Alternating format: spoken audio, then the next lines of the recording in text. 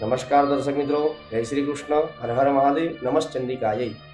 શિવરાત્રી નજીક આવી રહી છે ત્યારે મહાદેવજીને પ્રસન્ન કરવા માટે શિવરાત્રીના દિવસે શું ઉપાય કરવા તથા મહાશિવરાત્રીનું વ્રતાનુષ્ઠાન કરવા માટે શું કરવું જોઈએ અને તે વ્રત કરવાથી શું ફળ પ્રાપ્ત થાય છે તે આજે જાણીશું.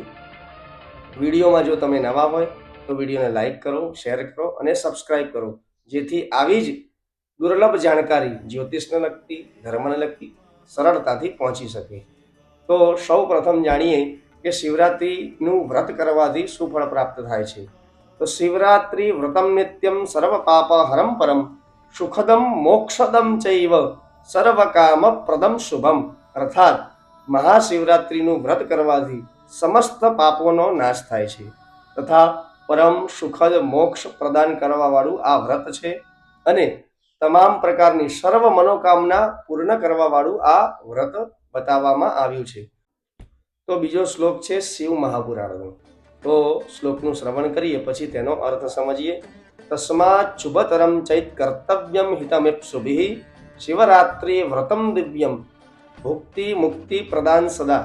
અર્થાત પોતાનું હિત ઈચ્છવા વાળા વ્યક્તિઓને આ વ્રત અત્યંત શુભ અને દિવ્ય ફળ આપનારું જણાય છે.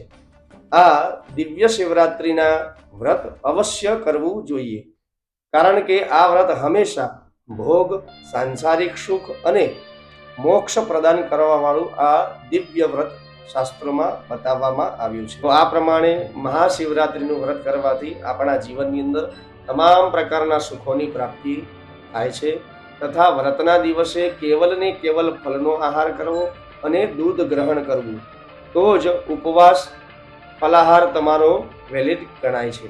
અને શિવરાત્રિના દિવસે મહાદેવજીની પૂજા રાત્રે કરવાનું વિધાન શાસ્ત્રોમાં બતાવવામાં આવ્યું છે.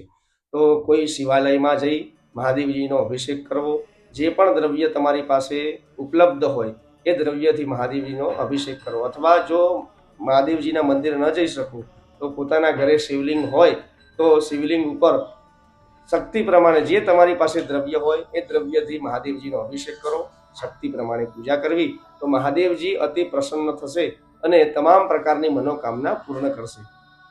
આવી જ દુર્લભ જાણકારીઓ માટે અમારી આ યુટ્યુબ ચેનલને સબસ્ક્રાઇબ કરો, લાઈક કરો અને અન્ય લોકો સુધી પહોંચાડવાનો પ્રયત્ન કરો. જય શ્રી કૃષ્ણ, હર હર મહાદેવ, નમસ્ ચંડિકાય.